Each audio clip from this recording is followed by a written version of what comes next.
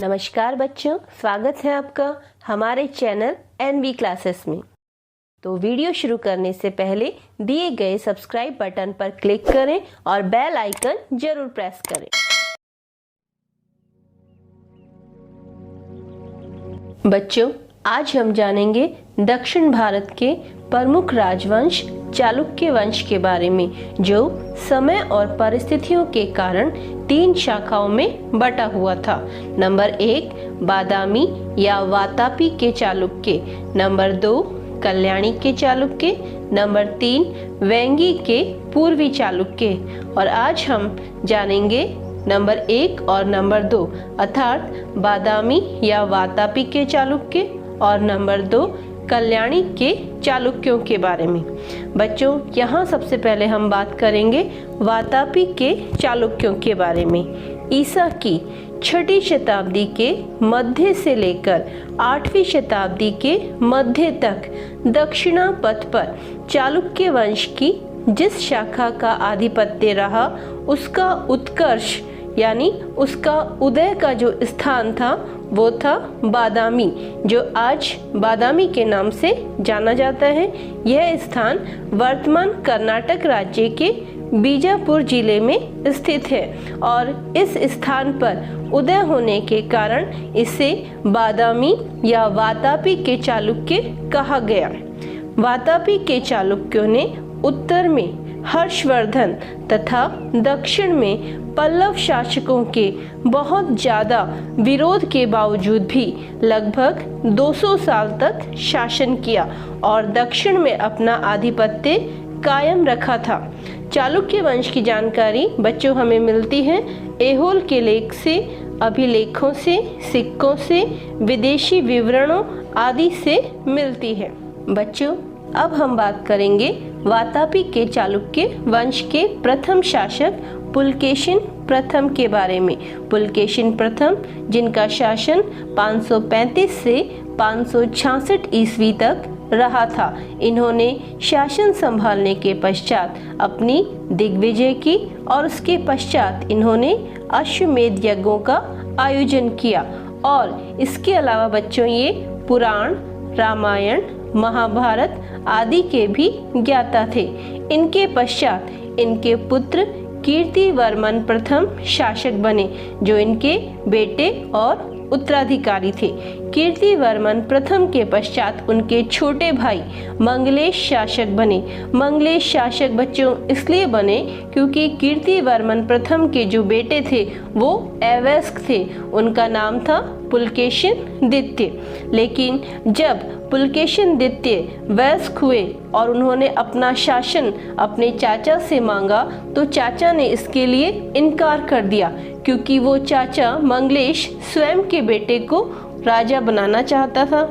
ऐसे में क्या होता, ऐसे में बच्चों इन दोनों ही चाचा और भतीजे के बीच में युद्ध हुआ और युद्ध में जीत हुई पुलकेशिन द्वितीय की।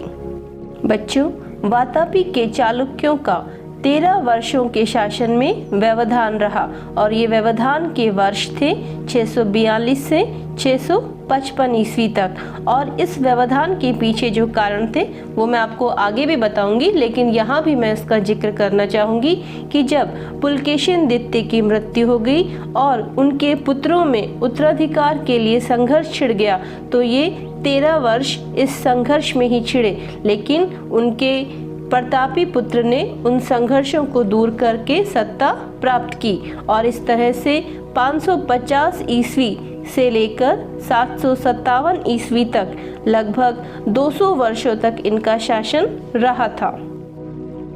बच्चों, चालुक्य नरेश में चौथे शासक बने थे पुलकेशिन द्वितीय, जिनके बारे में मैं आपको बता चुकी हूँ कि अपने चाचा मंगलेश को युद्ध में पराजित करके ये लगभग 608 ईस्वी में शासक बने थे।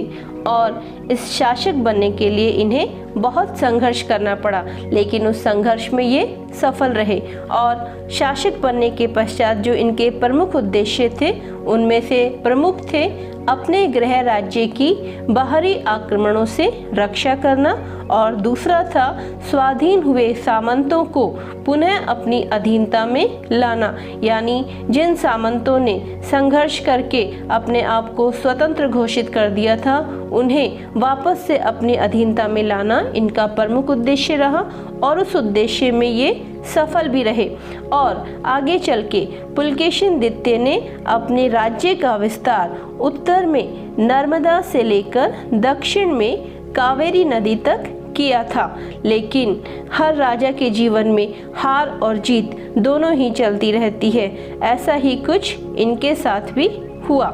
642 ईस्वी में पल्लव नरेश नरसिंह वर्मन द्वारा ये पराजित हो गए थे। नरसिंह वर्मन ने इन्हें युद्ध में बुरी तरह से पराजित कर दिया था। बच्चों, जैसा कि हम जान चुके हैं कि पुलकेशिन द्वितीय की मृत्यु 642 ईस्वी में हो चुकी थी, और 642 से 655 ईस्वी तक का जो समय था वो चालुक्य वंश के लिए अच्छा नहीं रहा, क्योंकि पुलकेशिन द्वितीय के पुत्रों के बीच में सत्ता के लिए संघर्ष छिड़ गया, और ऐसे में उनके योग्य पुत्र विक्रमादित्य प्रथम ने अपने पिता की सत्ता को प्राप्त किया अपने नाना गंग नरेश दुर्विनीत की सहायता से। साथ ही उनकी सहायता से उन्होंने अपने विद्रोहियों को भी समूल रूप से नष्ट कर दिया, और चालुक्य राज्य को प्राप्त करके चालुक्य शक्ति को उन्होंने पुनः प्रतिष्ठित किया। बच्चों, चालुक्य वंश के अंतिम शक्तिशाली शासक के रूप में विक्रमादित्य प्रथम रहे थे। इनके पश्चात जो शासक बने उनके बारे में भी मैं यहाँ आपको बताना चाहूँगी, जिनके नाम हैं विनयादित्य, जो कि विक्रमादित्य के पुत्र थे, और विनयादित्य के पुत्र थे विजयादित्य, और विजयादित्य के पुत्र थे विक्रमादित्य, और इन्होंने पल्लव राजा नंदी वर्मा द्वितीय को युद्ध में पराजित किया था। और इनके पश्चात जो शासक बने वो थे कीर्ति वर्मन द्वितीय, जिनका शासनकाल 745 से 757 ईस्वी के लगभग रहा था। बच्चों, ये विक्रमादित्य के पुत्र व उत्तराधिकारी थे, और ये वातापी के चालुक्य वंश के अंतिम राजा थे, क्योंकि राष्ट्रकूटों ने चालुक्यों की शक्ति को बुरी तरह से तहस नहस कर दिया और उनके राज्य पर अधिकार कर लिया था। बच्चों, अब हम बात करेंगे चालुक्य वंश की दूसरी शाखा, जिसे कल्याणी के चालुक्य के नाम से जाना जाता है। कल्याणी के चालुक्य, जिन्हें पश्चिमी चालुक्य भी कहा जाता है, इसके संस्थापक के रूप में जाना जाता है तेलप द्वितीय को, जो आपकी पुस्तक में दिया गया है विक्रमादित्य, जिन्होंने 973 ईस्वी में राष्ट्रकूटों को परास्त कर दिया था और कल्याणी को अपनी राजधानी बनाकर नए चालुक्य राज्य की स्थापना की थी। तो बच्चों, इस प्रकार कल्याणी के चालुक्यों के रूप में इसकी दूसरी शाखा का उद्भव हुआ। कल्याणी के चालुक्यों का राज्य 973 ईस्वी से लेकर 1200 ईस्वी तक रहा, और इनके शासकों को लंबे समय तक तंजौर के चोल वंशी शासकों से संघर्ष करना पड़ा, और इस संघर्ष में कभी हार का सामना करना पड़ा और कभी जीत का। ऐसे ही एक संघर्ष अर्थात ऐसे ही एक युद्ध में इनके राजा सत्याश्रय को चोल राजा राजराज ने परास्त कर दिया, और इसके कारण चालुक्य राजाओं को अत्यधिक हानि उठानी पड़ी। इनके पश्चात जो दो शासक थे उनके नाम हैं विक्रमादित्य पंचम और जयसिंह द्वितीय। इन दोनों शासकों के बाद जिनका उदय हुआ वो थे चालुक्य नरेश सोमेश्वर प्रथम। सोमेश्वर प्रथम एक शक्तिशाली राजा थे, जिन्होंने अपने पूर्वजों के अपमान का बदला चोल नरेश राजाधिराज को कोप्पम के युद्ध में हराकर लिया, और इस युद्ध में उन्होंने राजाधिराज का वध भी कर दिया था। बच्चों, सोमेश्वर प्रथम की मृत्यु के पश्चात उनके जो उत्तराधिकारी बने वो उनके बड़े पुत्र सोमेश्वर द्वितीय बने, जिनका शासन 1068 से 1076 ईस्वी तक रहा था। ये सिर्फ बड़े होने के कारण ही राजा बने, वरना इनके जो छोटे भाई थे विक्रमादित्य षष्ठ वो इनसे अधिक योग्य शासक थे, लेकिन छोटे होने के कारण वो राजा नहीं बन पाए।